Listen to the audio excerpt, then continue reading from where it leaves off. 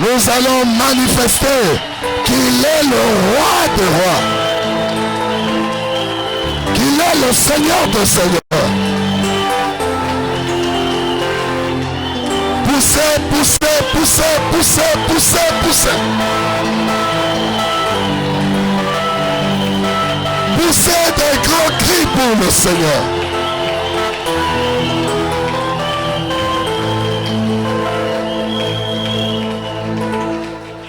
Merci, nous allons nous asseoir en acclamant Jésus-Christ de Nazareth.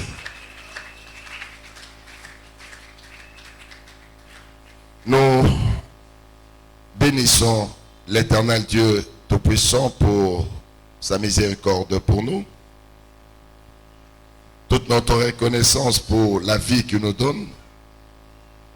Pour ceux qui sont arrivés pour la première fois au milieu de nous, nous sommes le ministère clinique de Dieu. Nous sommes un ministère du temps de la fin. Nous préparons les peuples de Dieu à la bataille finale. C'est à la fois une bataille physique, parce que l'ennemi se manifeste dans notre physique, et c'est également la bataille spirituelle, celle qui nous conduit à la vie éternelle. Aujourd'hui, nous voulons avoir un enseignement que l'Éternel nous demande d'approfondir du retard. C'est un fléau au milieu des enfants de Dieu. Tout ce que nous attendons de Dieu, parfois, tarde d'arriver. Et je voudrais vous annoncer que, non pas le dimanche prochain, mais le dimanche qui vient, le dimanche du mois de juin, ça va être les 4. Nous aurons un grand séminaire ici.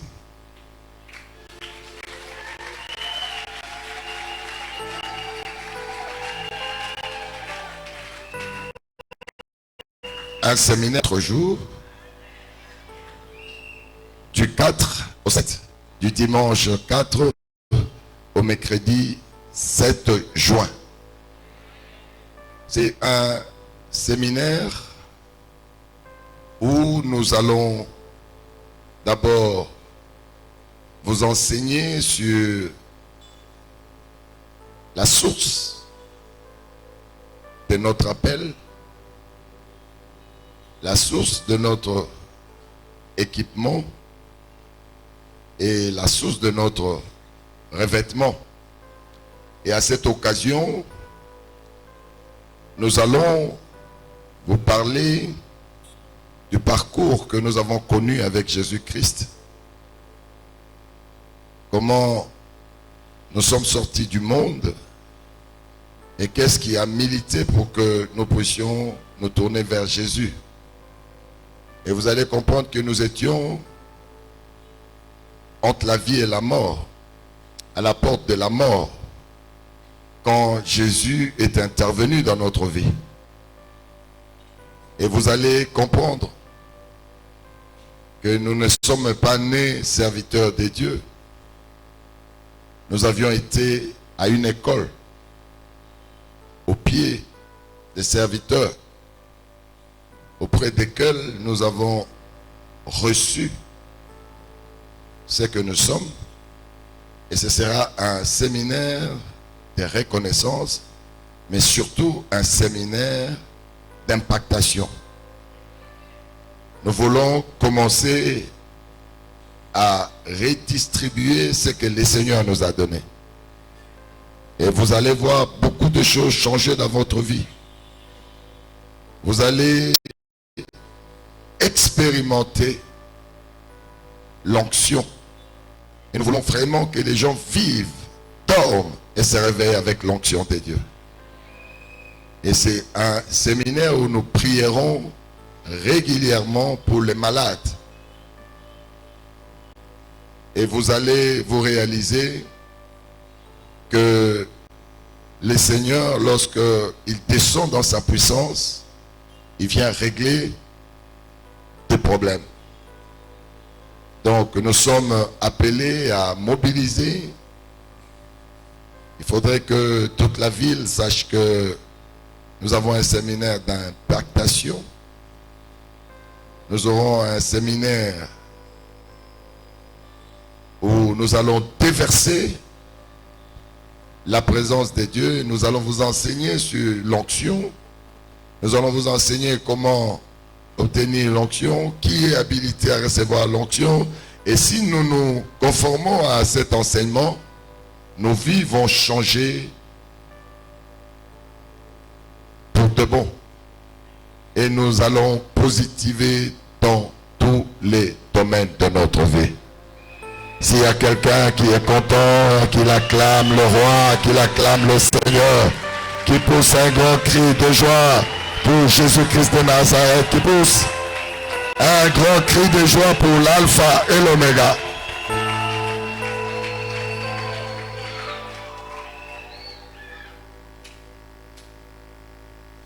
Je vous montrerai comment se termine la vie des grands serviteurs de Dieu.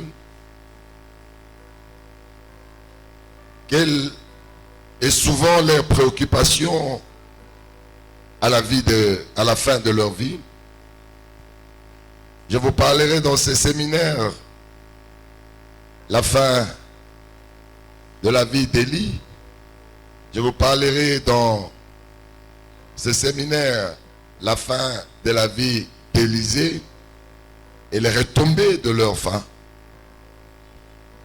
Et je vous parlerai également la fin de la vie de mes parents spirituels. Et c'est vraiment un séminaire où je vais vous donner ce que j'ai reçu pendant 25 ans de ministère.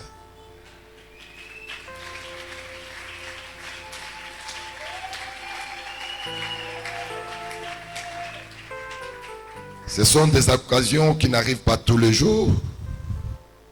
Et j'aimerais vraiment que vous le mettiez dans votre calendrier. Si vous avez des gens qui sont dans la condamnation, qui cherchent des solutions, j'aimerais vraiment que vous puissiez les intéresser par rapport à ces programmes. Du 4 au 7 juin.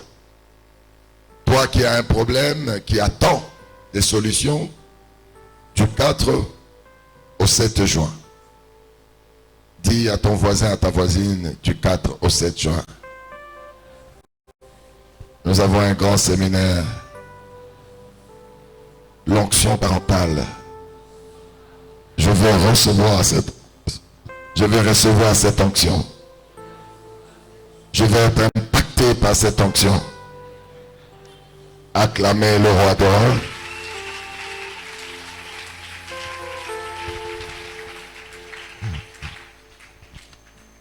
Pour ceux qui étaient avec nous la semaine passée, nous avons parlé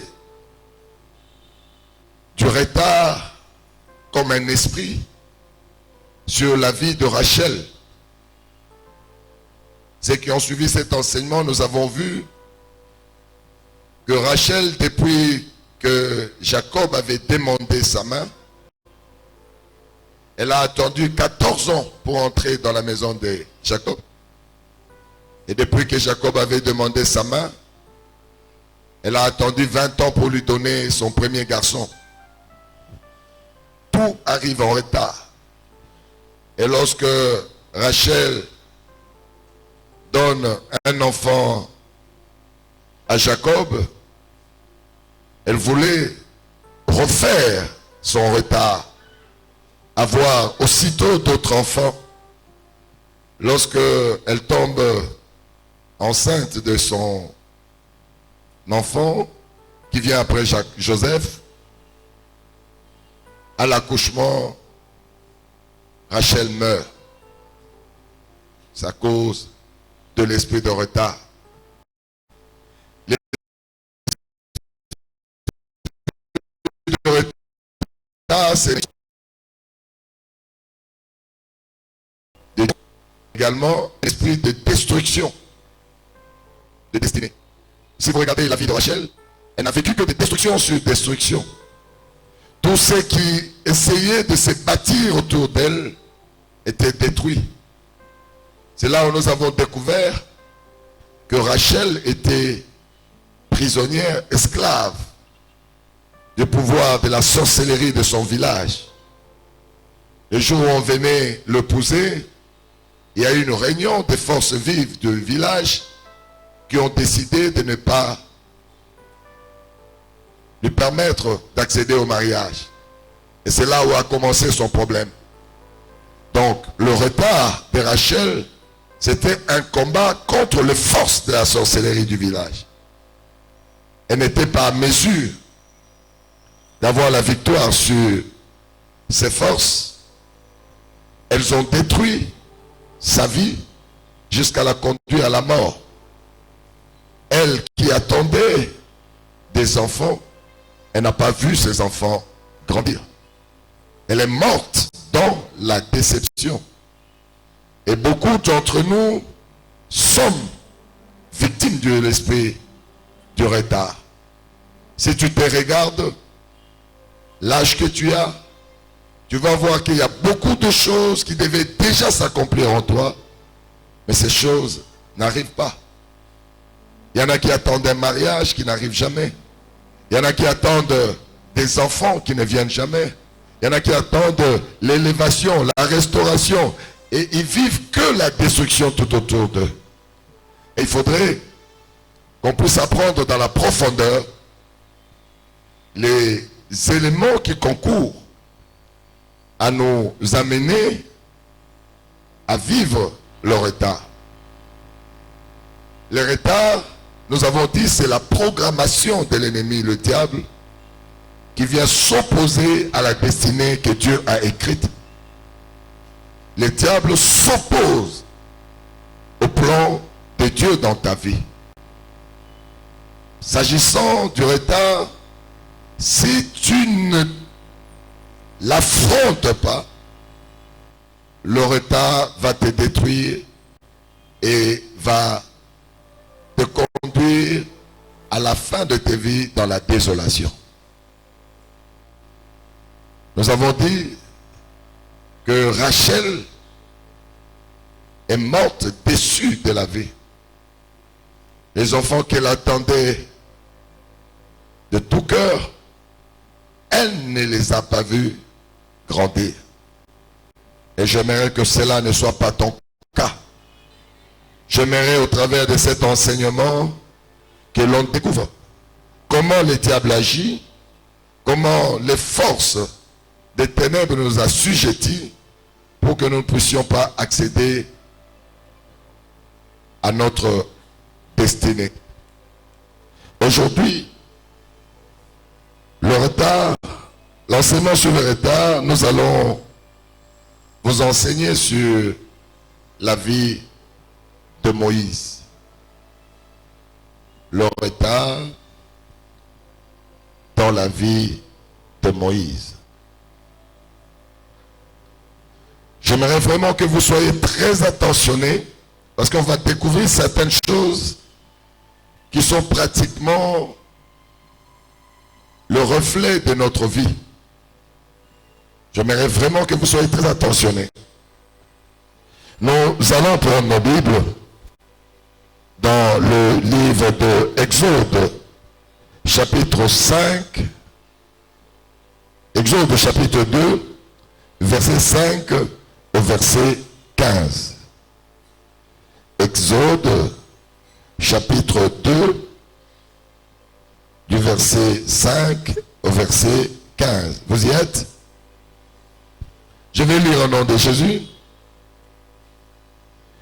Lorsque l'Éternel Dieu... Oh, excusez-moi, là je suis dans Genèse. Excusez-moi. Acclamez les Seigneurs. Exode chapitre 2, du 5e au 15e verset, je vais lire au nom de Jésus. La fille de Pharaon descendit au fleuve pour se baigner. Et ses compagnes se promenèrent le long du fleuve. Elle aperçut la caisse au milieu de roseaux et elle envoya sa servante pour la prendre. Elle ouvrit et vit l'enfant. C'était un petit garçon qui pleurait et elle en eut pitié. Et elle dit, si c'est un enfant d'Hébreu, alors la sœur de l'enfant dit à la fille de Pharaon, veux-tu que j'aille te chercher une nourrice parmi lesquelles des Hébreux pour allaiter cet enfant? Va, lui répondit la fille de Pharaon, et la jeune fille alla chercher la mère de l'enfant. La fille de Pharaon lui dit, emporte-moi cet enfant et allaite-le-moi, je te donnerai ton salaire. La femme prit l'enfant et l'allaita. Quand il eut grandi, elle l'amena à la fille de Pharaon et il fit pour elle comme un fils. Elle lui donna le nom de Moïse, car dit-elle, je l'ai retiré des autres. En ce temps-là, Moïse, devenu grand, se rendit vers ses frères et fut témoin de leurs pénibles travaux.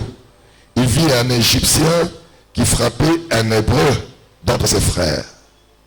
Il regarda de côté et d'autre, et voyant qu'il n'y avait personne, il tua l'Égyptien et le cacha dans le sable. Il sortit le jour suivant, et voici deux Hébreux se querelaient. Il dit à celui qui avait tort, pourquoi frappes-tu ton prochain? Et cet homme répondit, qui t'a établi chef et juge sur nous? Penses-tu me tuer comme tu as tué l'Égyptien? Moïse eut peur et dit, certainement la chose est connue. Pharaon apprit ce qui s'était passé et il cherchait à faire mourir Moïse. Mais Moïse s'enfuit de devant Pharaon et il se retira dans le pays des Madians où il s'arrêta près d'un puits, la parole de Dieu. On acclame très fort la parole de Dieu. Si vous pouvez pousser des cris de joie pour cette parole, ce serait une grande bénédiction pour nous.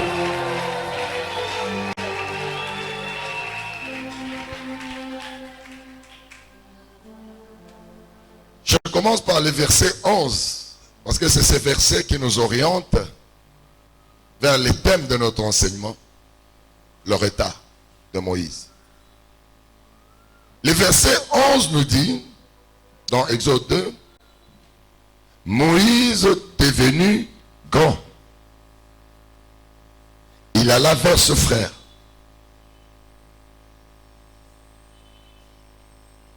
Lorsque ce verset parle de Moïse qui a grandi, ce verset, au fait, voulait dire Moïse a atteint 40 ans.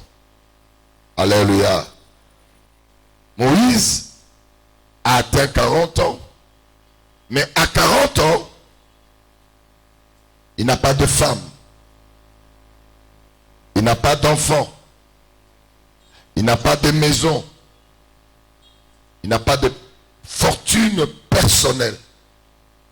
À 40 ans, Moïse, on l'appelle prince de Pharaon, mais un prince en carton. Il est en retard sur tous les plans. Et c'est cela qui a milité pour le pousser à sortir, voir ce qui se passe dehors. Qu'est-ce qui s'est passé pour que ce jeune homme puisse passer ces 40 années sans s'approvisionner des promesses de Dieu, sans voir s'accomplir les promesses de Dieu? J'aimerais que tu dises à ton voisin, à ta voisine, qu'est-ce qui s'est passé dans ta vie pour que jusqu'à ce jour tu ne puisses pas voir les promesses de Dieu? Eloko leki na vie na yo poti lelo obala te obota te osombanda kote ozala na kimia te. J'aimerais que tu poses la question à ton voisin, à ta voisine. Vas-y. Kobanga ite tunae. Qu'est-ce qui s'est passé dans ta vie? Pourquoi Pourquoi tu ne vis pas les promesses de Dieu? Qu'est-ce qui s'est passé dans ta vie? Pour la nuit, les micro-oignons sont malades. Qu'est-ce qui s'est passé dans ta vie? Dossier au côté ça va répondre à ta terre. Qu'est-ce qui s'est passé dans ta vie? Qu'est-ce qui s'est passé dans ta vie?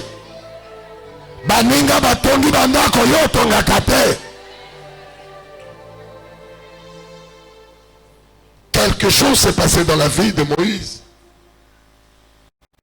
Il arrive à 40 ans, sans femme, sans enfant, sans fortune, sans maison, mais on l'appelle prince. Qu'est-ce qui s'est passé? J'aimerais que vous puissiez suivre attentivement ces enseignements. C'est le reflet de nos vies. Dans le verset 5, on nous montre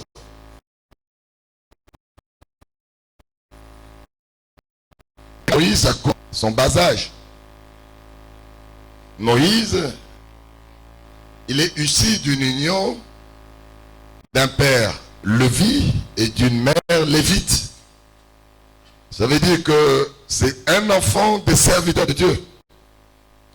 Dans l'ancien temps, le sacerdoce s'est transféré héréditairement. C'est-à-dire, si ton père est sacrificateur, à sa mort, c'est toi qui vas hériter. Et Dieu avait préparé des choses de telle manière. Donc, Moïse, étant issu d'une union de Lévi, il devait être un Lévi. Mais qu'est-ce que le diable a fait? Le diable a anticipé les choses. Sorti de sa famille. Il a sorti de la maison de son père, où il devait suivre un enseignement de serviteur, où il devait être préparé pour succéder à son père. Qu'est-ce que le diable a fait au travers Pharaon? Il a sorti Moïse là où était pour l'amener au palais royal. C'est ce qui se passe dans beaucoup de nos vies. Le diable nous a sortis du plan de Dieu. Beaucoup d'entre nous, nous sommes des serviteurs, mais nous nous ignorons. Beaucoup d'entre nous, nous sommes des grands administratifs, mais nous nous ignorons. Beaucoup d'entre nous, nous sommes des hommes et des femmes d'affaires, mais nous nous ignorons parce que l'ennemi a déplacé notre vie. Là où nous devrions être formés, là où nous devrions recevoir des connaissances liées au plan que Dieu a écrit pour nous, le diable nous a sortis de là. Si vous regardez la vie de Moïse, il est formé comme héritier de Pharaon. Dans sa formation, on ne parle pas du Dieu de la Bible, on ne parle pas du Dieu créateur. On l'a amené dans l'occultisme, parce que Pharaon, c'était l'occultisme. C'est là le berceau de l'occultisme. Aujourd'hui, vous parlez occultisme, mais le berceau, c'est là, l'Égypte. Et on a pris Moïse, on est allé le placer à l'opposé de là où il devait être.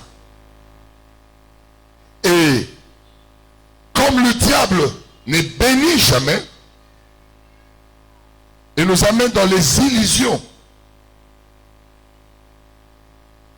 Moïse se retrouve au palais royal dans un confort.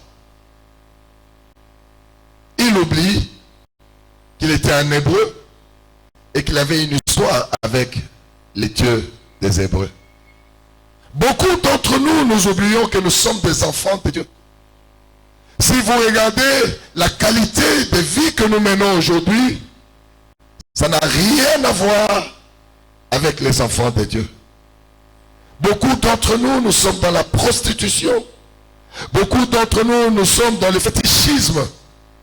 Quand nous tombons malades, nous pensons en premier lieu au féticheur, au lieu de penser à Dieu. C'est parce que l'ennemi a déplacé notre vie. Et beaucoup d'entre nous, nous pensons organiser notre vie sans Dieu, comme Pharaon l'avait fait avec Moïse. Il a essayé d'organiser la vie de Moïse sans Dieu. Et le problème, c'est quoi? Les bénédictions de Dieu ne peuvent pas te suivre dans la maison du péché. Dieu ne te bénira pas. Même s'il a promis, il faudrait que tu sortes de cette maison pour que les bénédictions de Dieu s'activent. Il y a des gens qui disent, je te serve. Non. Ça n'arrivera pas. L'Éternel, et en conséquence, il va te bénir.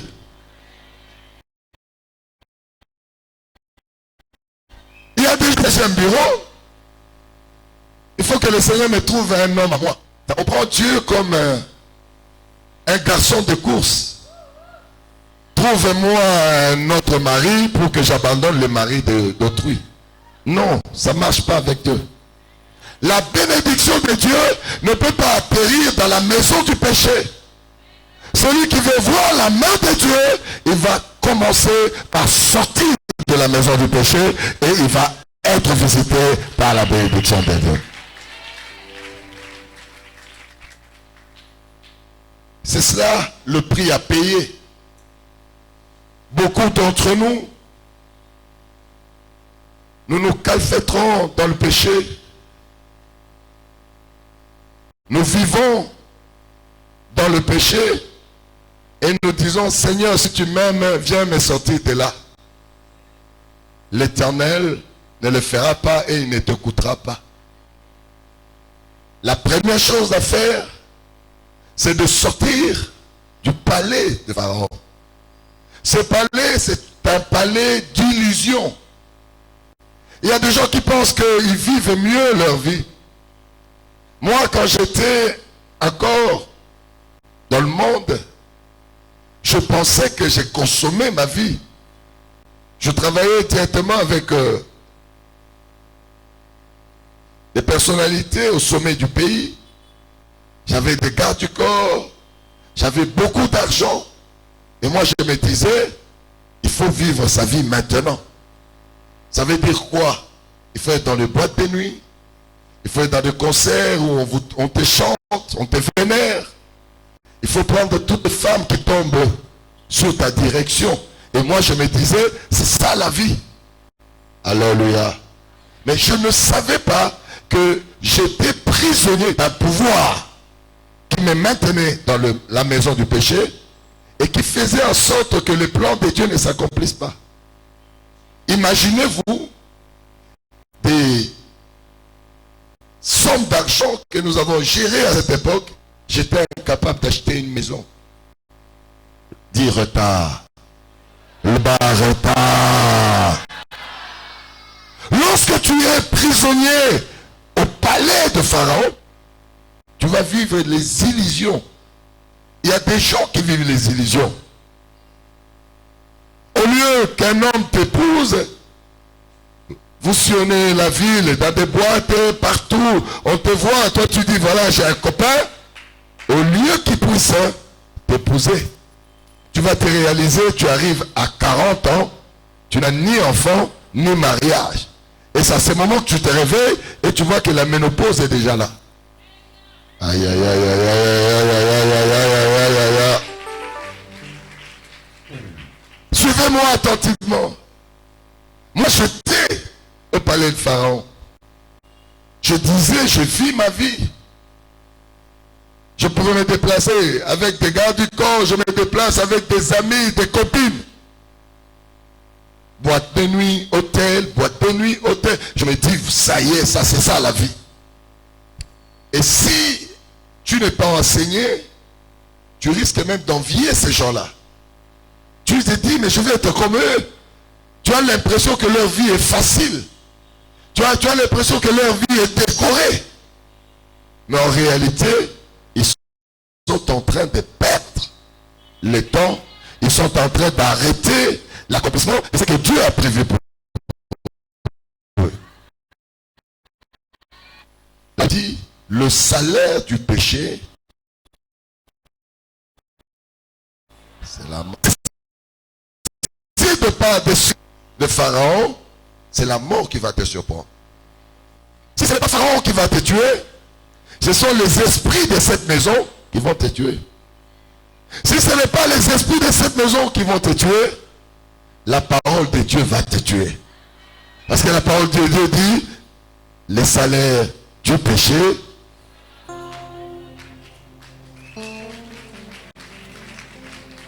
à chaque fois que le Seigneur nous donne l'opportunité de vous parler, nous vous avisons de sortir du péché. Le diable fait en sorte que tout ce que nous faisons soit ponctué par le péché. Et lorsque nous vivons dans le péché, nous ne pouvons pas être visités par Dieu. Voilà pourquoi Moïse a fait 40 ans. Il ne pouvait pas avoir une femme. Il ne pouvait pas avoir d'enfant. Il n'a aucune fortune avec lui. Il n'a pas de maison, mais on l'appelait prince. Moïse devait être enseigné au temple parce que son père et sa mère étaient des Lévis. Sa place n'était pas en place, c'était au temple. Alléluia. C'est ce que je me suis réalisé moi. Dans ma vie, je me voyais faire la politique. Mon père qui était un politicien de première heure, et moi j'étais au contact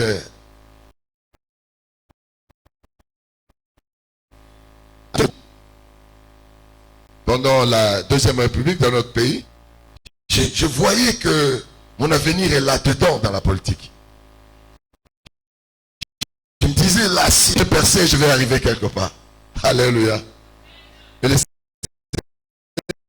Seigneur vous dit, regarde, toi tu as besoin de la Bible. Toi c'est la Bible, tu ne sortiras pas. Si tu vas... Alléluia. Alléluia. Il faut qu'il arrive un moment où on doit faire la grande décision de notre vie. C'est maintenant que vous devez faire le choix sur votre vie. Ou suivre la mort, ou suivre la vie au travers de Jésus-Christ.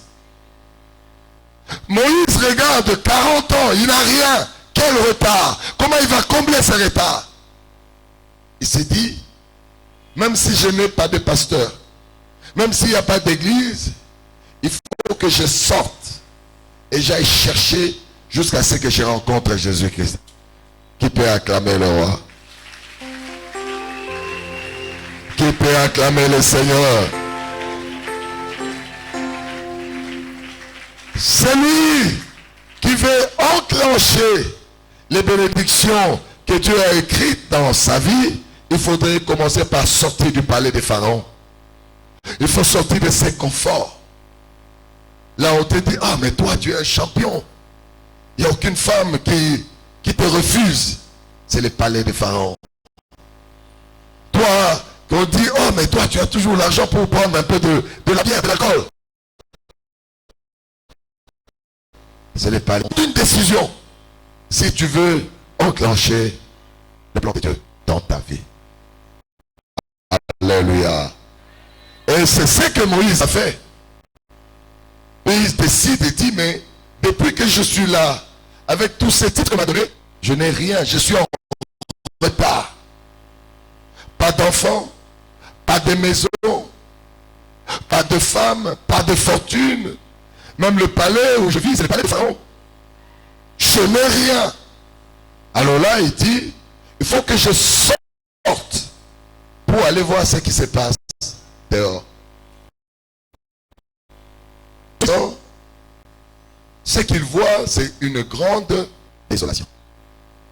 La première chose voit l'Égyptien tenant le fouet en train de battre son semblable, son frère, en train de le battre. Il demande, mais qu'est-ce qu'il a fait? On dit, il n'a rien fait, mais il mérite le fouet. Il regarde de l'autre côté, ses frères en train de construire des bâtiments. Il dit, mais à qui appartient ces bâtiments? On lui dit, ça appartient à Pharaon. Il dit, mais tout ce temps qui passe sous le soleil, on les paye combien? On dit, on ne paye rien. Il dit, mais c'est sérieux. C'est là où je vais vous enseigner les 4 catégories d'esclavage.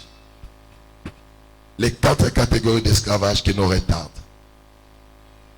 La première catégorie, c'est l'esclave privilégié.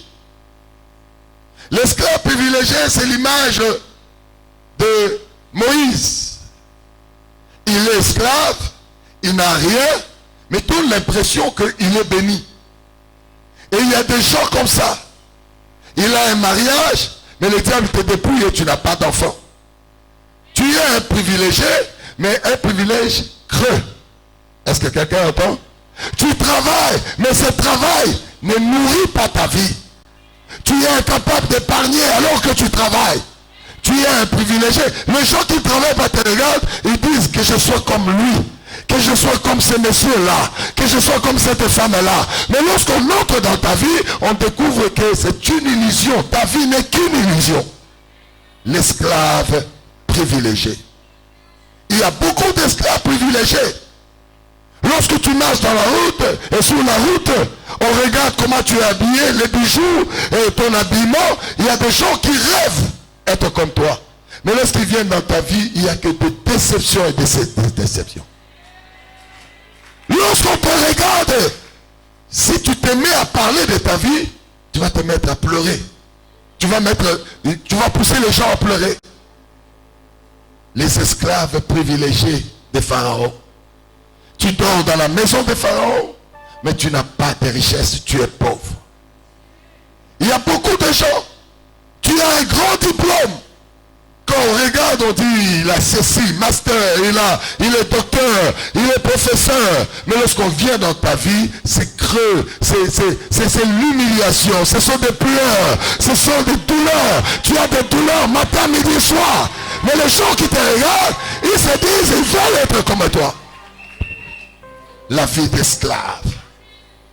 Tous les esclaves ne se ressemblent pas. Le diable fait en sorte que parfois, que les gens puissent penser que tu es bien. Tu peux avoir une grande maison, mais tu n'as pas la paix dans cette maison. J'ai vu des femmes sortir d'un mariage où il y a tout. Elle allait tout le temps en Europe et il a des chauffeurs, des gardes du corps. Mais dit, je ne peux pas, je dois sortir. Parce que à l'intérieur, c'est l'illusion et illusion et illusion. Ce soir, nous allons détruire les palais de Pharaon. Beaucoup d'entre nous, nous sommes dans les illusions.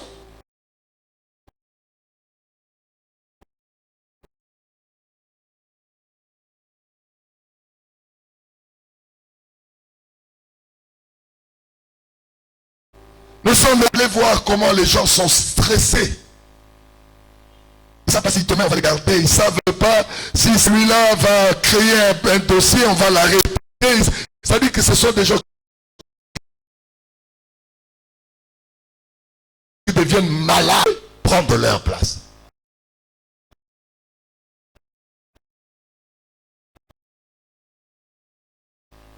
Les privilégiés de Pharaon, il va te faire accéder au sommet. Mais tu ne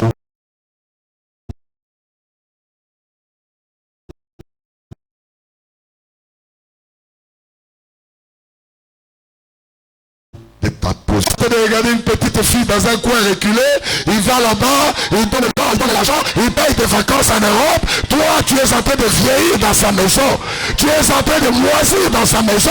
Tu n'as rien parce que tu es un esclave privilégié. Les esclaves privilégiés. Pharaon, Moïse. Les Hébreux qui étaient dans la rue rêvaient de la vie de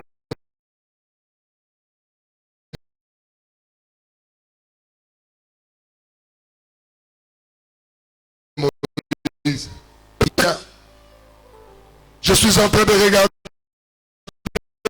ta vie, ce que tu as faite. Aujourd'hui, ça ne sert à rien.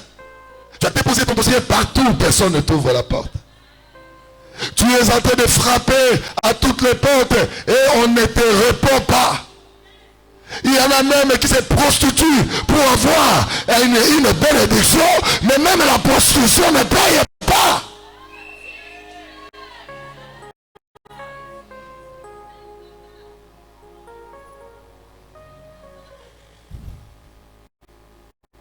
C'est l'esclavage qui procure leur état. Parce que ton droit est bafoué. Ce qui était ici dans la semaine, nous avons vu, quand Jésus arrive à Bethphagée pour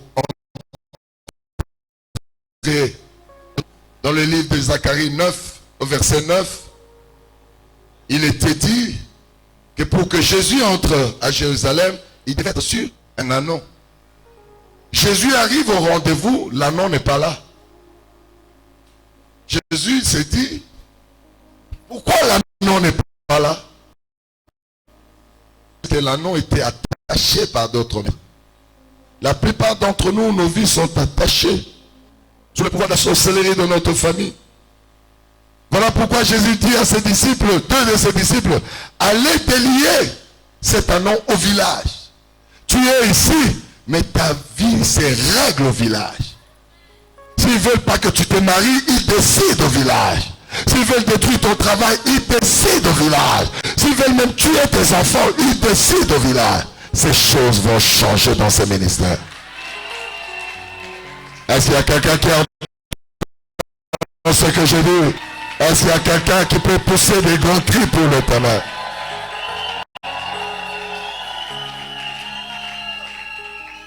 Lorsque Jésus envoie ses disciples, il leur dit, lorsque vous vous mettrez à délier cet anneau, le maître de l'anneau viendra. Il vous demandera qu'est-ce que vous faites là, ce n'est pas votre droit. Mais vous lui direz, le maître Anna. Maintenant nous sommes dans la saison où Jésus a besoin de chacun de vous ici. Il n'y aura plus d'esclaves, de pharaons dans cette salle. Je suis en train de le dire et de le proclamer. Il n'y aura plus d'esclaves, de pharaons dans cette salle. Les hommes ne viendront pas se limiter de te dire seulement tu es belle, hein? Tu es jolie. Non.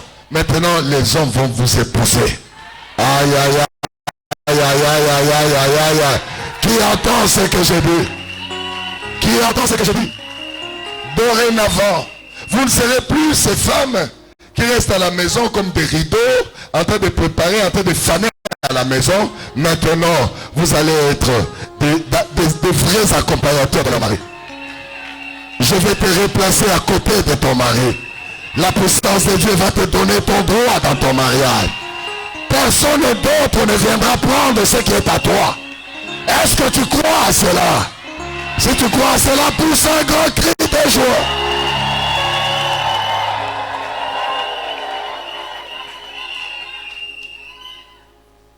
L'esclave privilégié. C'est un esclave qui pense qu'il a réussi, mais sa vie est creuse. C'est un esclave qui pense qu'il a atteint un certain niveau, mais lorsque vous regardez, il n'a rien. Et lorsqu'il regarde encore, quand Moïse sort, la deuxième catégorie d'esclaves, ce sont les esclaves chevaux. comme l'ânon attaché, esclave, chevaux. Quelqu'un monte sur toi et se sert de ton étoile, se sert de ta force, se sert de tout. Il est en train de se servir de toi. Entre-temps, toi, tu ne gagnes rien. C'est lui qui t'oriente. C'est lui qui donne la direction à ta vie. Et si tu résistes, il te frappe.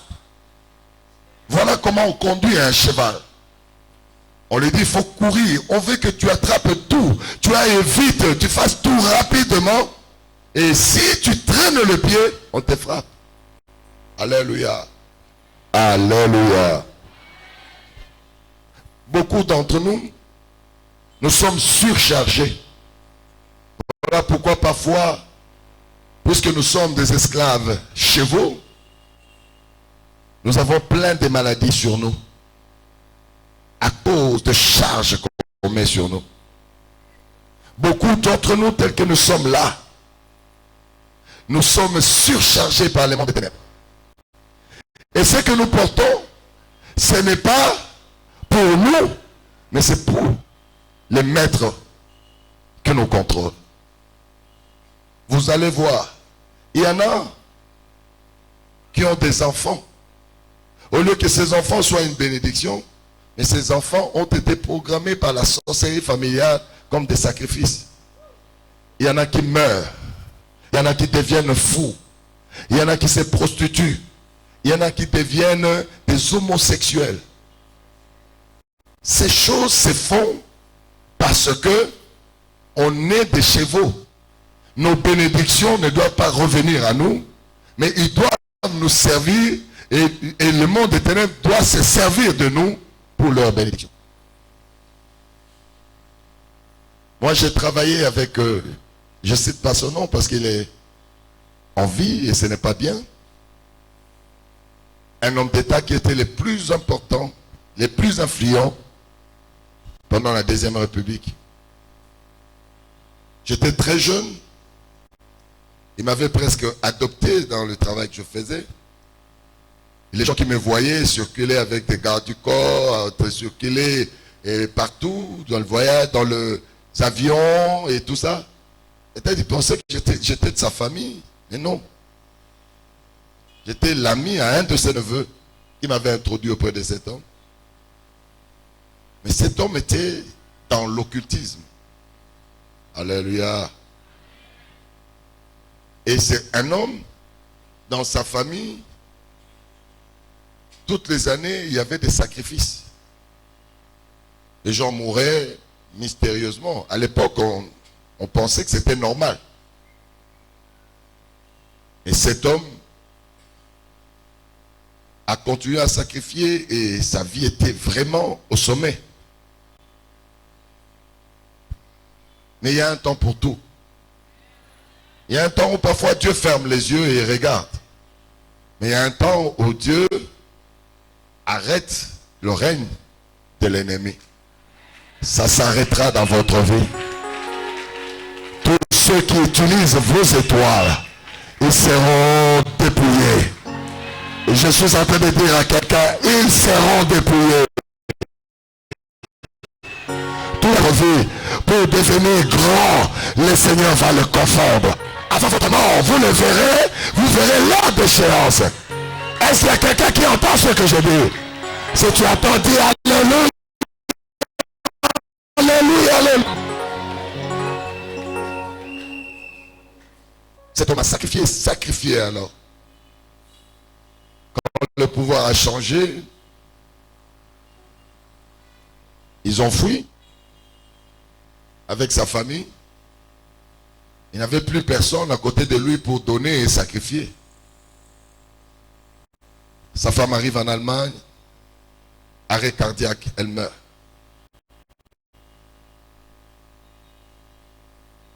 Son troisième garçon, donc deuxième garçon, troisième de la famille, fait une crise, qui était marié à la famille présidentielle, il meurt.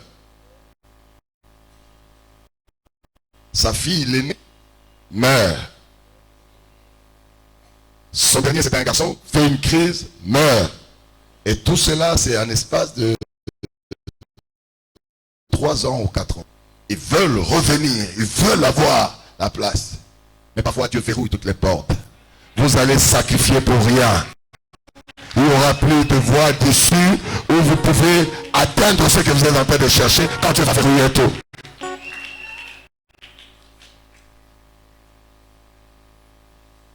Toute la famille est décimée. Il reste 2 filles. C'est un monsieur qui était très riche. Quand nous travaillons avec lui, vous arrivez chez lui, vous envoie en mission, vous pouvez vous retrouver avec 100 000 $ comme ça, dans un carton, comme si c'était 100 francs. Un homme riche le dépouille et il le rend pauvre. Quand je dis pauvre, il devient pauvre. C'est un professeur d'université très intelligent. Comment ça, quand il se promène parfois, il urine dans les habits. Il entre parfois dans un restaurant, il n'a pas d'argent, il mange. Quand il demande, je suis X, bon, je ne cite pas les noms. Il faut que ses neveux, qui sont bien placés dans le pays, viennent payer, parce qu'il n'a pas payé sa facture de restaurant. Ces 2 dernières filles deviennent folles. Elles dorment dans la porcherie. Esclave. Lorsque tu es esclave, c'est ton maître qui te conduit là où il veut. Et l'esclave cheval, c'est cet esclave qui vit des douleurs, mais qui se dit, mais qu'est-ce que je fais là? Il y a des gens qui sont dans la pauvreté parce que tu es un cheval pour ton maître. Il t'a conduit dans la pauvreté, toi tu vas vivre dans la pauvreté pour que lui soit riche.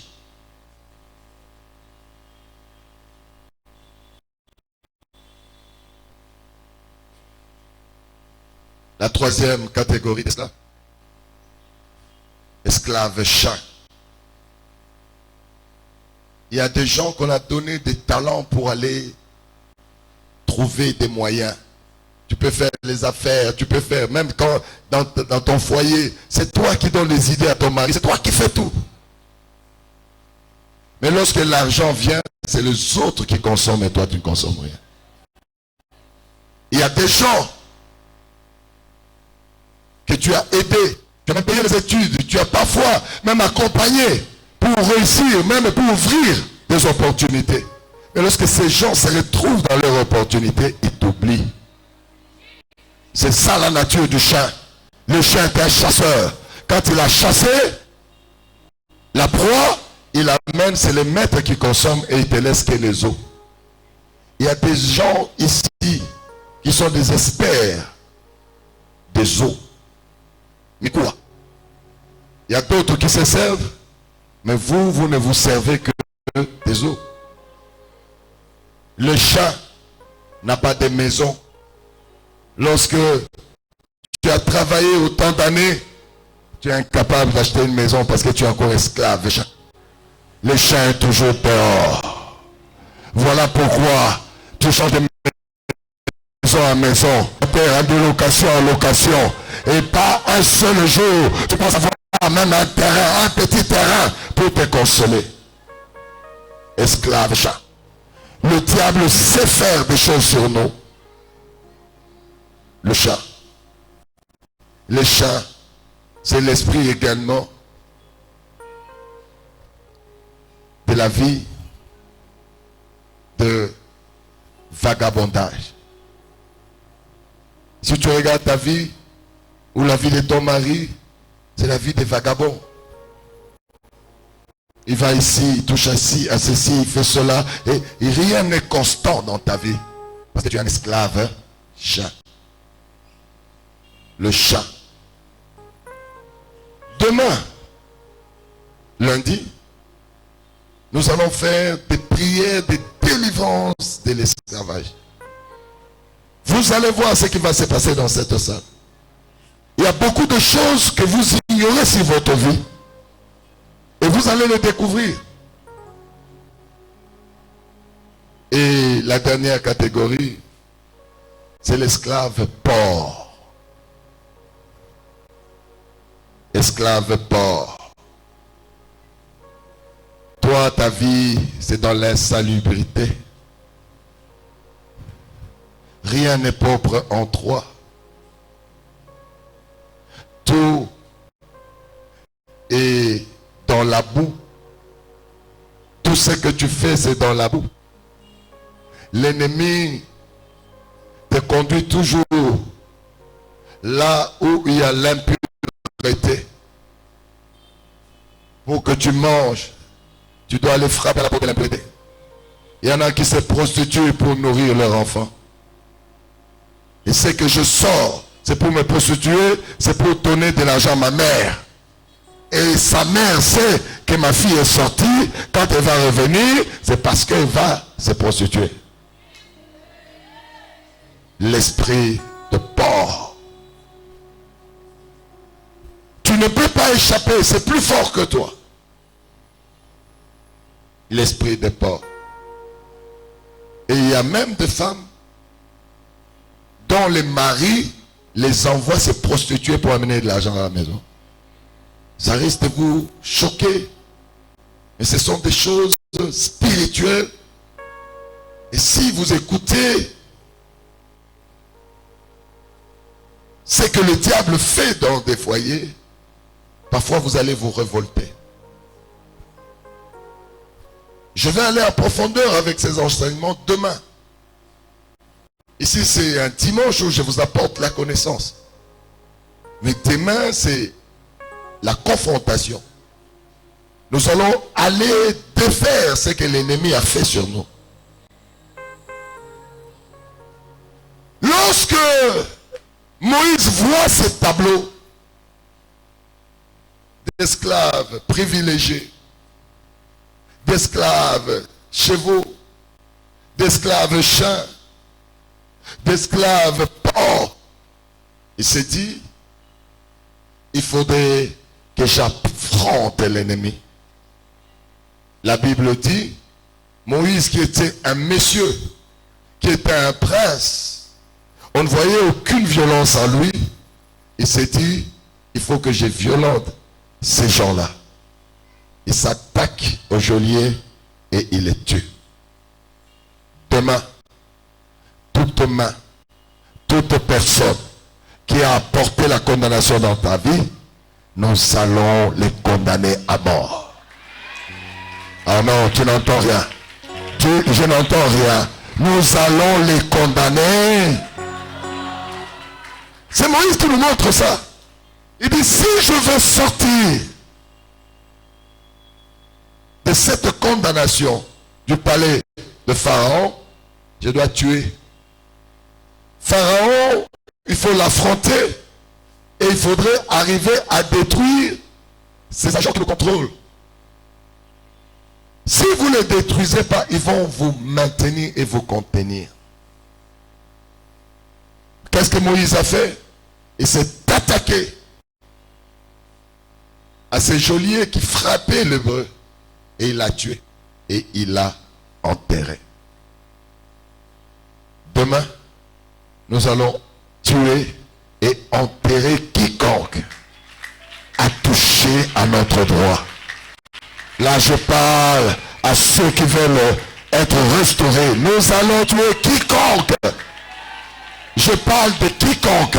Là, je ne regarde plus si c'est un neveu, si c'est un parent, ce n'est pas un problème. Quiconque a touché à ton droit, il mourra. Est-ce qu'il y a quelqu'un qui entend ce que je dis? Est-ce qu'il y a quelqu'un qui entend ce que je dis? Il ne suffit pas seulement de tuer l'ennemi, mais il faudrait également se connecter à la source de la restauration. Tout ce que nous avons perdu peut être restauré. Ça ne pourrait pas être restauré par nous. Ça ne pourrait pas être restauré par nos geôliers. Le seul qui peut nous restaurer, c'est Jésus-Christ de Nazareth. Qui entend ce que je dis? Qui peut pousser des grands cris?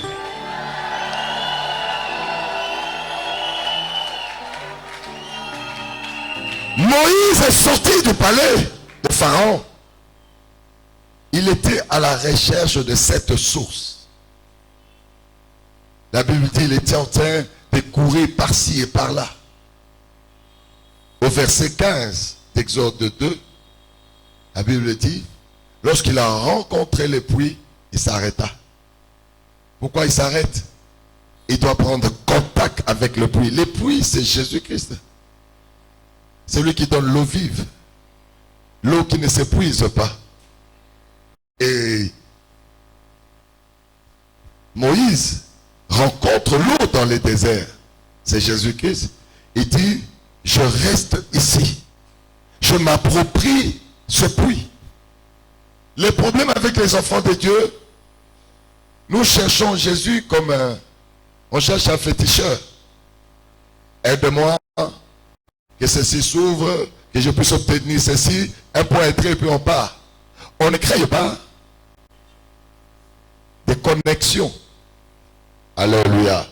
On ne crée pas d'alliance. Mais Moïse, qu'est-ce qu'il a fait? Il a dit, puisque j'ai trouvé l'eau dans le désert, là où tout a été détruit, il n'y a pas de végétation, il n'y a rien, et j'ai trouvé l'eau, c'est-à-dire c'est Jésus-Christ, je m'accroche à ce puits. Il s'est accroché à ce puits. Et écoutez ce qui s'est passé. Ne jouez pas avec Jésus. Lorsqu'il s'accroche à ce puits, c'est là où Moïse va rencontrer sa future femme. C'est à ce puits-là. C'était des filles, elles étaient 7. Les filles de Jéthro qui venaient abreuver leurs animaux. Et Moïse va combattre les brigands pour eux, pour elles. Et puis, qu'est-ce qui se passe? Les filles vont aller dire à leur père. La première chose que Moïse va recevoir à partir du puits, Jéthro va dire à ses filles, allez inviter cet homme qui vient habiter ici. Il n'avait pas d'habitation, le puits lui donne une habitation. Demain, je prierai pour tous ceux qui n'ont pas de maison, qui n'ont pas de parcelles, qui n'ont jamais acheté. Vous n'écoutez pas ce que je suis en train de vous dire. Demain, je prierai. Moi, je sais ce que l'onction peut faire. Ne te minimise pas. Tous ces gens que tu as vus avec des grandes maisons, des grandes villas, ils ne sont pas nés avec ça. Ils l'ont obtenu un jour. Et j'aimerais que demain soit ton jour de ta bénédiction. Est-ce qu'il y a quelqu'un qui entend ce que je dis? Ne minimisez pas l'onction de Dieu. Moi, je travaille avec l'onction. L'onction de Dieu, c'est la présence de Dieu. C'est l'ainsi dit l'Éternel. Quand il dit une chose, et s'accomplit. Il appelle à l'existence ce qui n'existe pas. Est-ce qu'il y a quelqu'un qui entend ce que je dis? Tu as cherché avec ton commerce, tu as cherché avec ton travail, avec ton diplôme. Maintenant cherche avec l'ainsi dit l'Éternel. C'est possible que tu puisses atteindre ce que tu n'as jamais atteint. Qui entend ce que je dis? Est-ce qu'il y a quelqu'un qui peut pousser un grand cri de joie? Je vais vous enseigner et vous montrer les bénédictions du puits, c'est-à-dire les bénédictions de Jésus quand on rencontre Jésus. Moi, toute ma vie, j'étais célibataire chevronné. Ma vie, c'était boîte de nuit, concert, hôtel, dans la rue. Mais quand j'ai rencontré Jésus, je me suis marié. Seule et unique fois. Et je me suis marié. Jésus peut ouvrir des portes qui ont été fermées depuis des années et des années et des années. Akokisaka.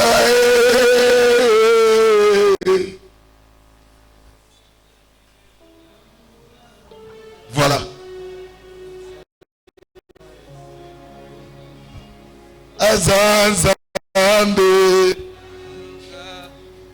Bongisaka silisaka bilelo ya mbula na mvula azongisaka esengo esilakala azanzambe nanga abongisaka asilisaka bilelo ya mbula na mvula azongisaka esengo ekufakala azanzambe nanga abongisaka asilisaka bilelo ya mvula na mvula azongisaka esengo ekufakala azanzambe acclamez le roi, acclamez.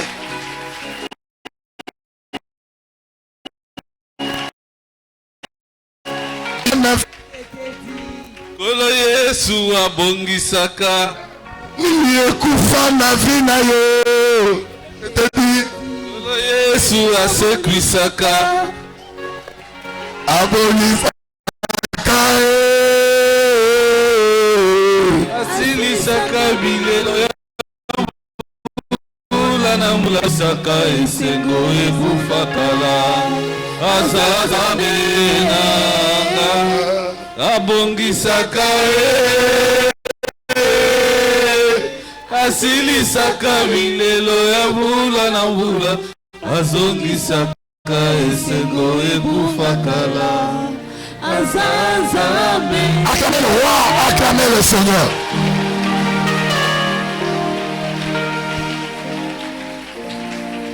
Je vais vous démontrer les réalisations du puits qui est Jésus-Christ.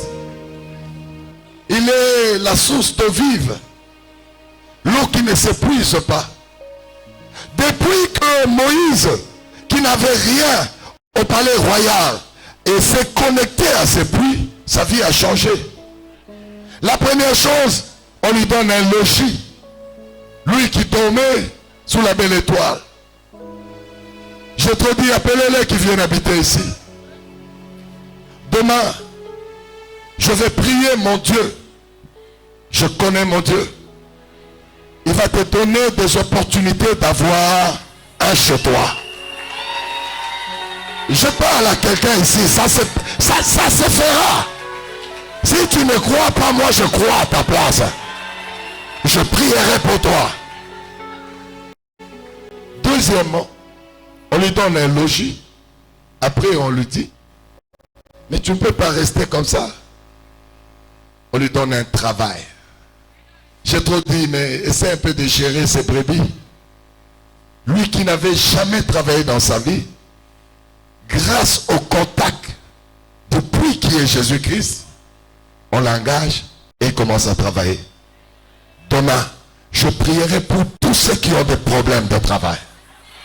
Je prierai pour tous ceux dont les dossiers sont bloqués quelque part. Dans le palais de Pharaon, enfermés dans le coffre-fort, enfermés dans le cercueil, pour que tu ne travailles pas, ces cercueils s'ouvriront. Nous allons les casser. Nous allons ouvrir ce coffre-fort pour que ton dossier puisse voir le jour. Qui peut pousser des grands cris? Qui peut pousser des grands cris? À partir du puits, je te dis, mais cet homme peut épouser ma fille. Et Moïse va épouser Sephora. Lui qui est resté 40 ans, Monzemba, de Monzemba. 40 ans. Et parce qu'il a été au contact avec le puits, il épouse Sephora. Demain, le voile du célibat sera déchiré en cellule. Non, non, tu n'entends pas. Je dis le voile du célibat va être déchiré en cellule. Toko pasola elambagnon sur un célibat. Ce qui va l'attiser on a boto et qu'on passe sous calamoy. Ce qui va l'attiser on a moy et qu'on passe sous calamoy. Toko fungola libala na yo. Toko l'attiser on alliance ya yeso. Oh Kobala! Il y a des gens qui sont au mariage, mais le mariage est menacé. C'est le célibat. C'est pour que ton mari ait le beaucoup soit surprise à bazemi. Nalomina yo pas surprise à bazemi. Awa eza jeté, awa eza clinique ya Zambe. Oko soit surprise hein? Naso yo karote oko soit surprise ya nini? Nalingi Uganda, obeta mololo. Alléluia.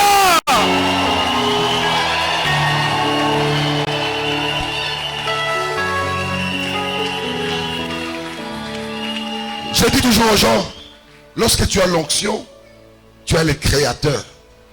C'est ce que les gens ne comprennent pas. Mais comment il parle avec assurance?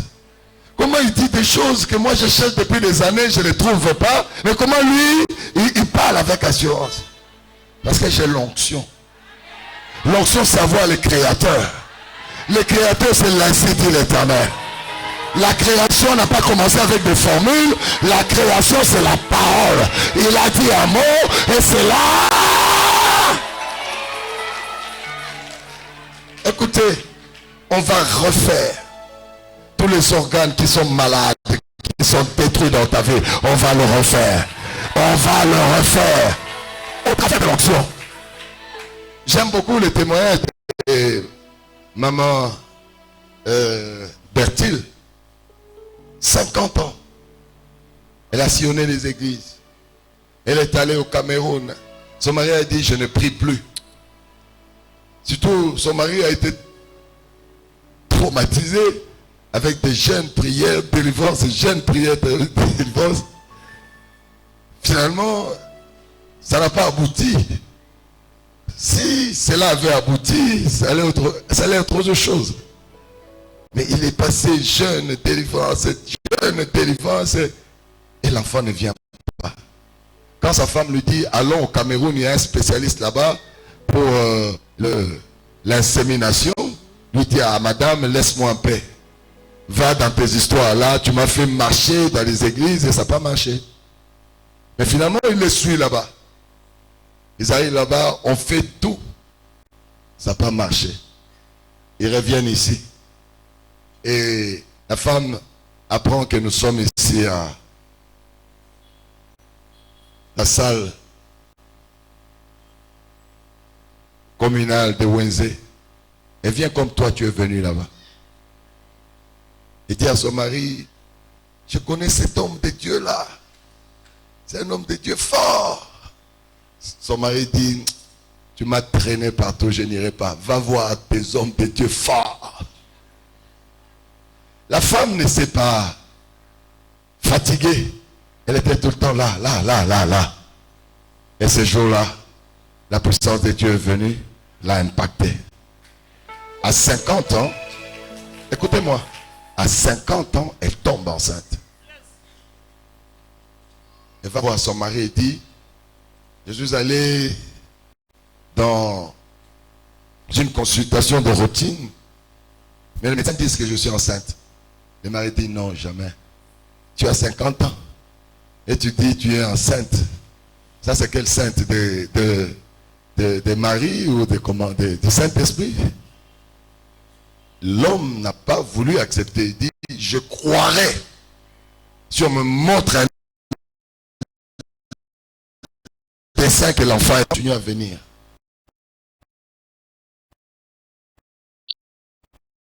Elle va faire le temps et dedans.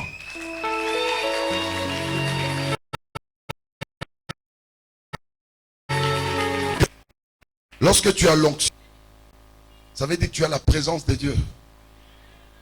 Pour tous ceux qui n'enfantent pas, qui ont des problèmes, ou peut-être malformation, ou parfois insuffisance des spermatozoïdes, insuffisance des ovules, parfois quand les trompes sont bouchées, tout ça, on fait des hydros et ça ne donne pas. Regarde ce que je fais.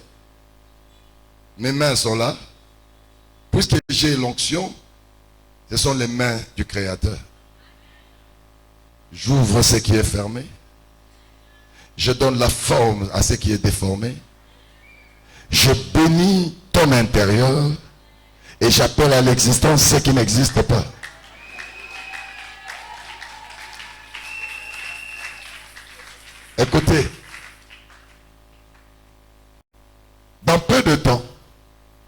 serez étonné de votre vie. Je dis, pour créer, Dieu ne cherche pas de formule. Il parle. Lorsqu'on crée, c'est à toi de croire. Si tu crois, et tu verras s'accomplir. Qui peut acclamer le roi des rois? Qui peut acclamer le Seigneur des seigneurs?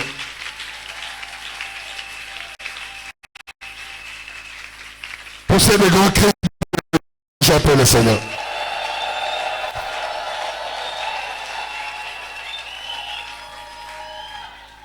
Le puits que Moïse a découvert dans le désert lui a donné finalement un mariage et lui a donné des enfants. Mais ce qui est formidable, c'est quoi? Ce puits a permis que Moïse puisse voir Dieu en face. Jésus, que je vous enseigne, il vous amènera à l'adresse de l'Éternel. Vous êtes là, vous serez étonnés.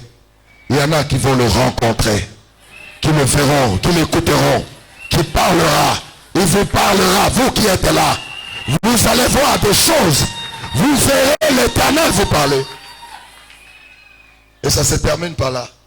Le puits que Moïse a rencontré dans le désert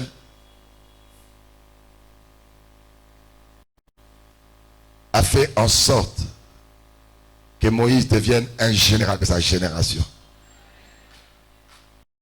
Les gens vous ont insulté. Les gens se sont moqués. Il y en a parfois qui ont posé des actes pour vous humilier. Gardez silence. Le Seigneur va faire de vous des généraux de cette génération. Est-ce qu'il y a quelqu'un qui entend ce que je dis? Le Seigneur va faire de vous des généraux de votre génération. Je parle à ceux qui sont dehors. Vous êtes des généraux de cette génération. Écoutez-moi bien. Vous allez impacter votre génération. Les gens qui se sont moqués de vous, ils vont venir à vos pieds et ils chercheront du secours de vous. Vous marcherez sur les serpents, les scorpions, sur toute puissance de l'ennemi. Que cette parole s'accomplisse dans votre vie. Est-ce que vous croyez à cela? Si vous croyez à cela, levez-vous et poussez un grand cri de joie.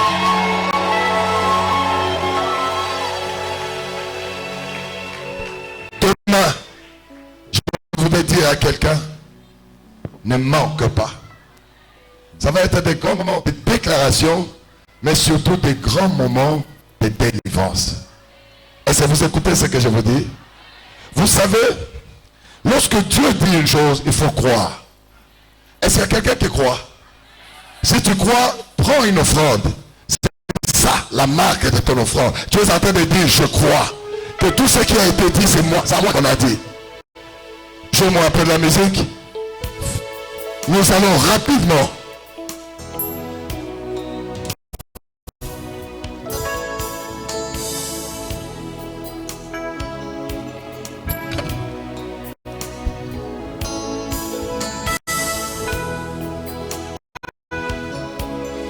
You are Yahweh, you are Yahweh.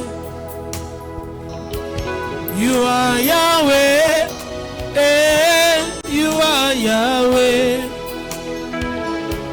You are Yahweh. You are Yahweh, Alpha and Omega.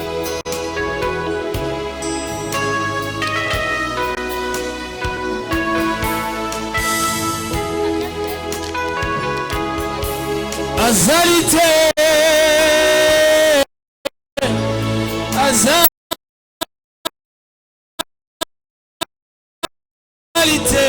omosusu lokola Yesu. Azalite, azalite, azalite, lokola Yesu. Azalite, azalite,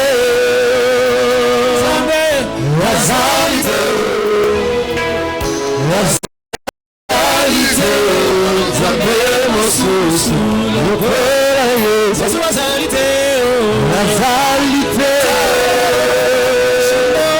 wazalite wazalite zapemo susu lokola Yesu namona teo nayoka teo namona teo zapemo susu lokola Yesu oya pesa ka guérison namona teo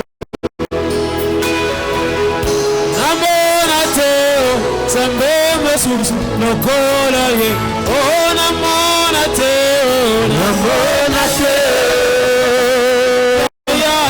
namona teo Sambemo susu lokola ye namona teo namona teo namona teo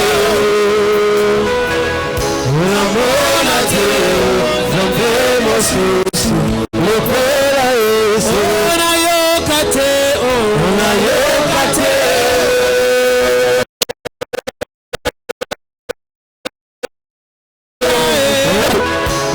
unayokate Susu lokola Yesu unayokate unayokate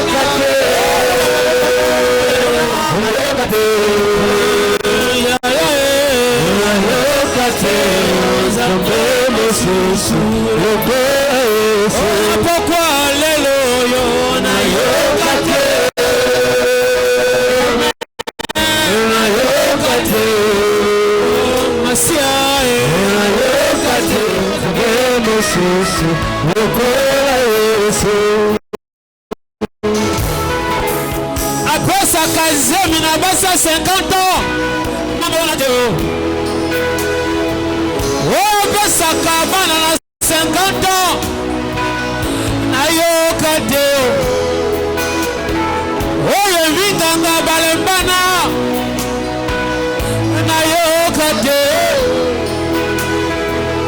ata sida ekoma kobika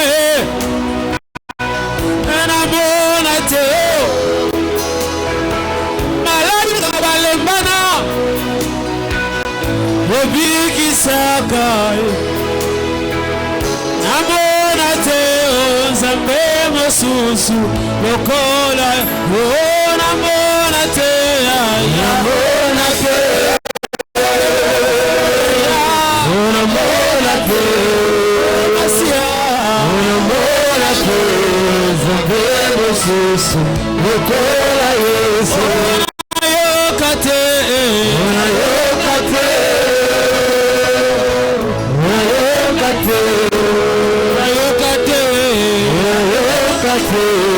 Sambemo susu lokola Yesu unayokate unayokate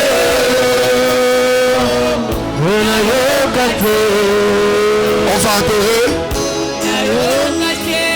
on va adorer nous allons prendre la position d'adoration on se posterne ou soit on se tient debout ou même on se couche par terre.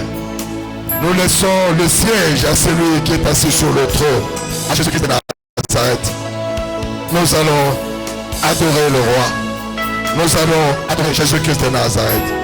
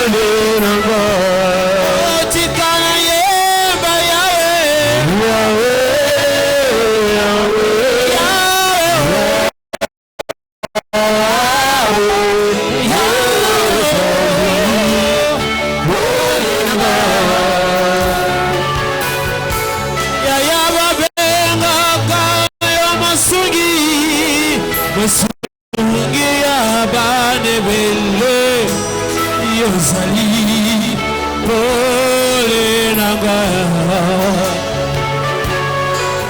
babanga kayo masungi abane bele Yozali pole nanga Chikana yemba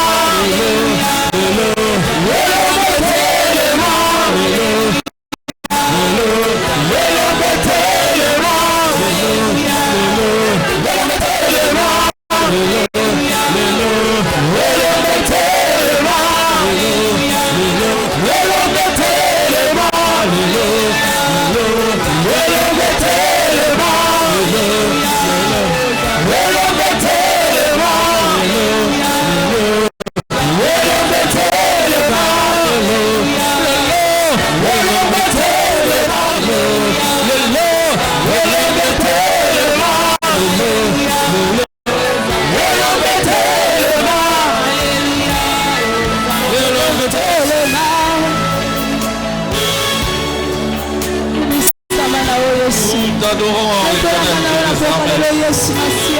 Nous t'adorons, toi le véritable Dieu. Nous t'adorons, toi la source de vie, éternel Dieu. Nous t'adorons, Seigneur, parce que tu es Dieu incomparable, insondable, inégalable, unique en ton genre. Le Dieu qui dit un mot et la chose s'accomplit. Le Dieu qui appelle à l'existence ce qui n'existe pas. Le Dieu au bas de votre qui donne la vie. Celui que Moïse a rencontré, Seigneur Père de bonté. Oh Dieu, tu as changé pour sa vie. C'est toi que nous élevons ce soir. Parce que nous croyons aussi, Père, que comme Moïse, oh Dieu, toi qui es tu es sauvé, oh tu es bon. Tu es le Dieu qui m'a sauvé. Tu es le Dieu qui m'a sauvé. Tu es le Dieu qui m'a sauvé. Tu es le roi qui m'a choisi. Tu es le roi qui m'a choisi. Tu es le roi qui m'a choisi. Tu es le roi qui m'a... Oh, tu es le Dieu des miracles. Tu es le Dieu des miracles. Tu es le Dieu des miracles. Tu es le Dieu des miracles. Oh, tu es le Dieu des miracles. Tu es le Dieu des miracles. Tu es le Dieu des miracles. À toi j'ai mis mon espoir, Yahweh. En toi j'ai mis mon espoir. En toi j'ai mis mon espoir. En toi j'ai mis mon espoir. À toi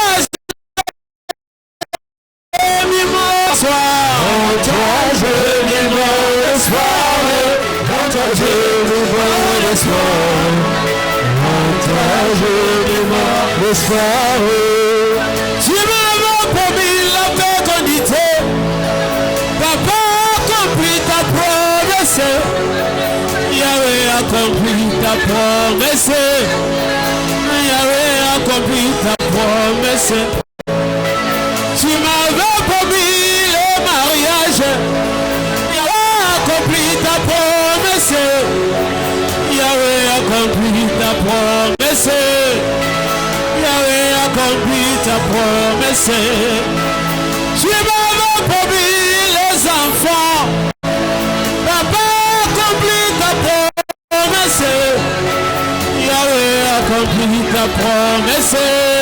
Yahweh accomplit ta promesse. Oh, Yahweh accomplit ta promesse. Yahweh accomplit ta promesse. Yahweh accomplit ta promesse. Yahweh accomplit ta promesse. Oh, Yahweh accomplit ta promesse ce soir. Yahweh accomplit ta promesse. Yahweh accomplit ta promesse. Yahweh accomplit ta promesse. Oh, Jéhovah,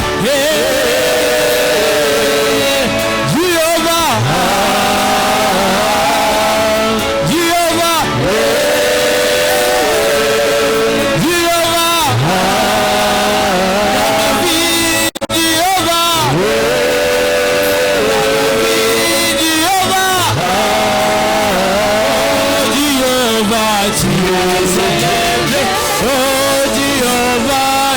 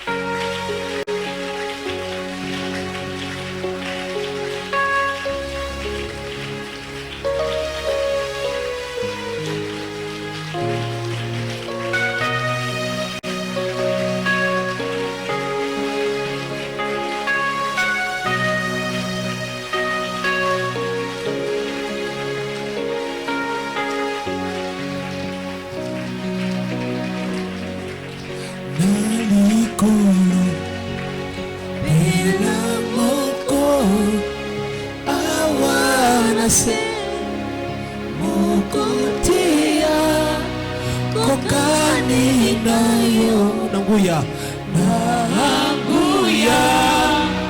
nangemo yosazame. Le ciel est en toi. Le ciel est en toi. La terre ton marche-pied, mais tu habites dans mon cœur. Quel privilège d'avoir un Dieu si merveilleux et si grand. Acclamez, acclamez le roi. Nous sommes arrivés vers la fin. On avait dit tous les dimanches, le lundi, nous sommes en train de préparer notre 8e anniversaire.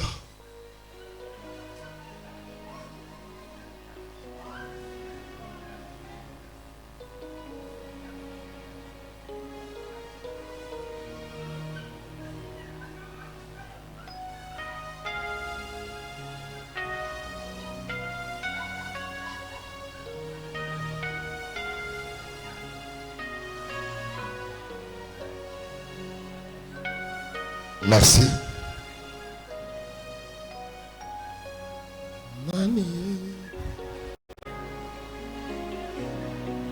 Oh Nani, Nani, tous ensemble.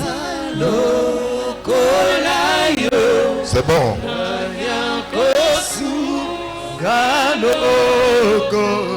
Gloire à l'agneau.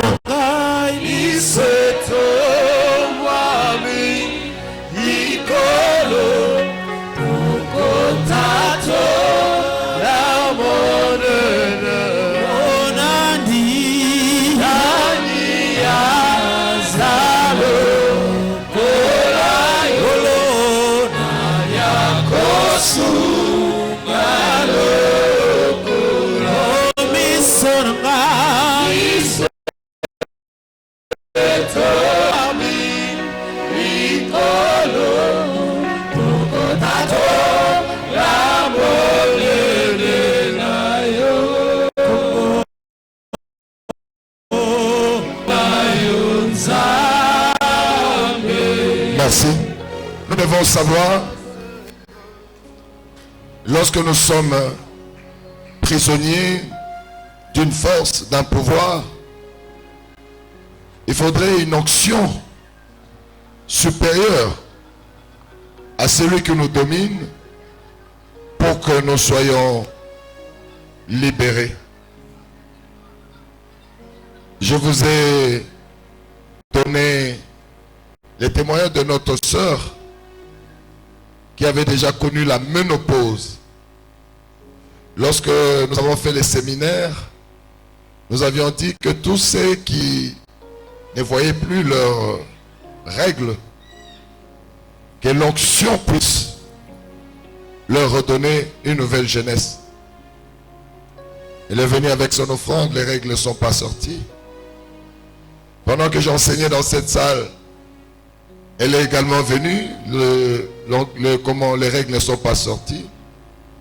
Et lorsque j'ai vendu les livres sur les redressements de la destinée, elle est venue acheter ces livres, c'était un point de contact. Elle avait un dossier dans l'administration qui était bloqué depuis des années. C'était un dimanche, elle sort de la porte là-bas, on l'appelle, le dossier était bloqué. Et quel miracle s'est encore opéré? Elle arrive à la maison, alors qu'elle avait déjà connu la ménopause, les règles sortent encore. Qu'est-ce que ça veut dire?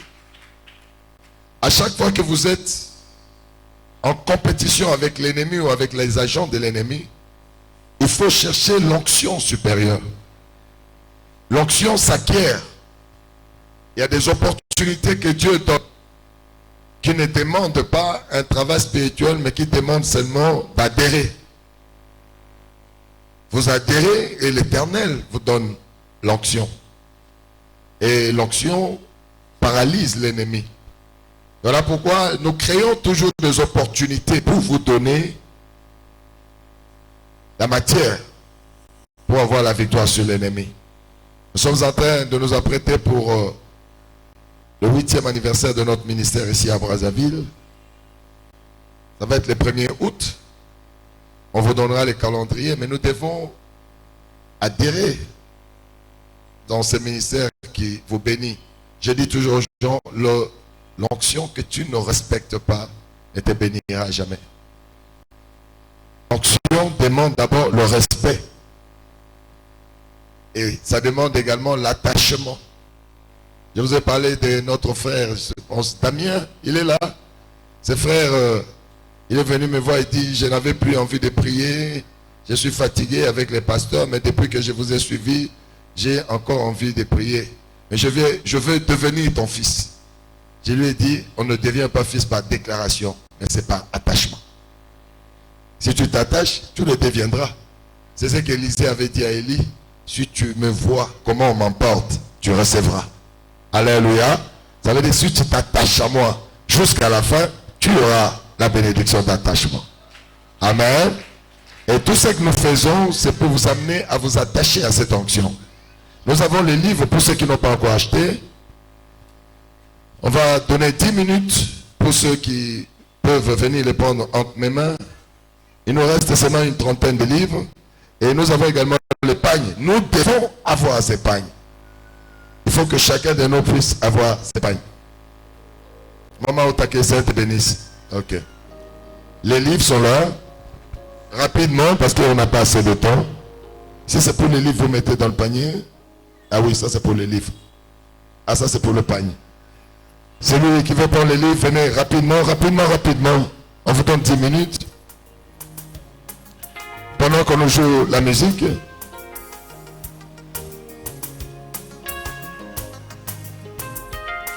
Moi, mon lolo, pona yeso, moi, mon lolo.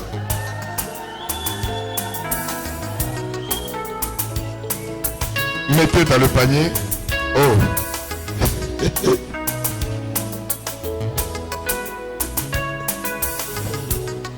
Que le Seigneur te bénisse.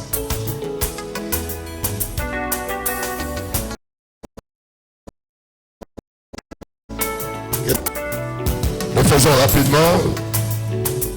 Moi, mon lolo, pona yeso.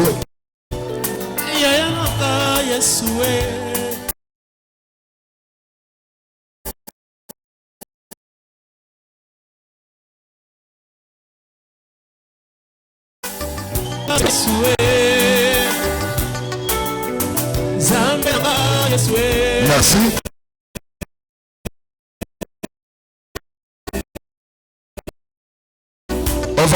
Il ne reste qu'une trentaine de livres. Les pagnes, nous voudrons que toute la salle puisse avoir ces pagnes. Ça va être l'anniversaire, l'anniversaire de 8e anniversaire. Merci. Nous allons nous lever pour faire la prière de clôture.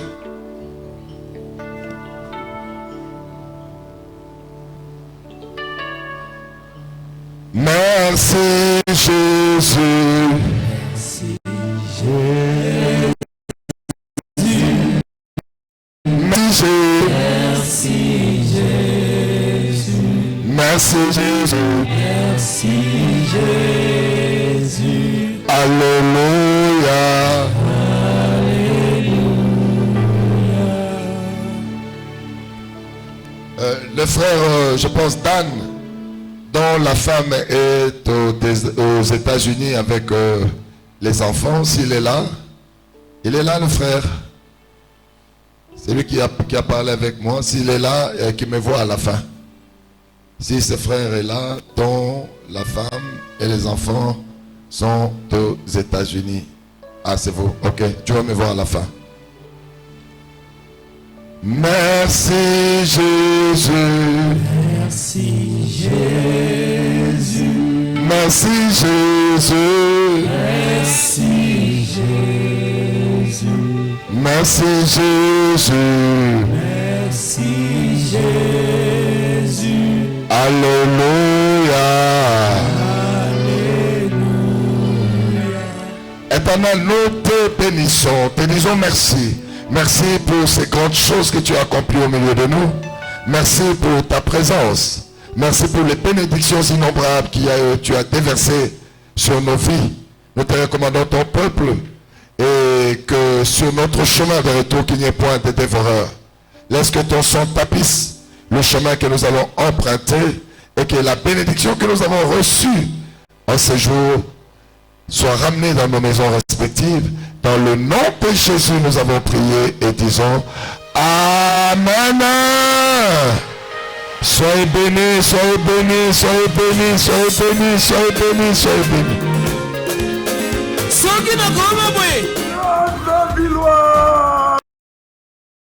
Brassavillois, le temps de ta visitation est arrivé.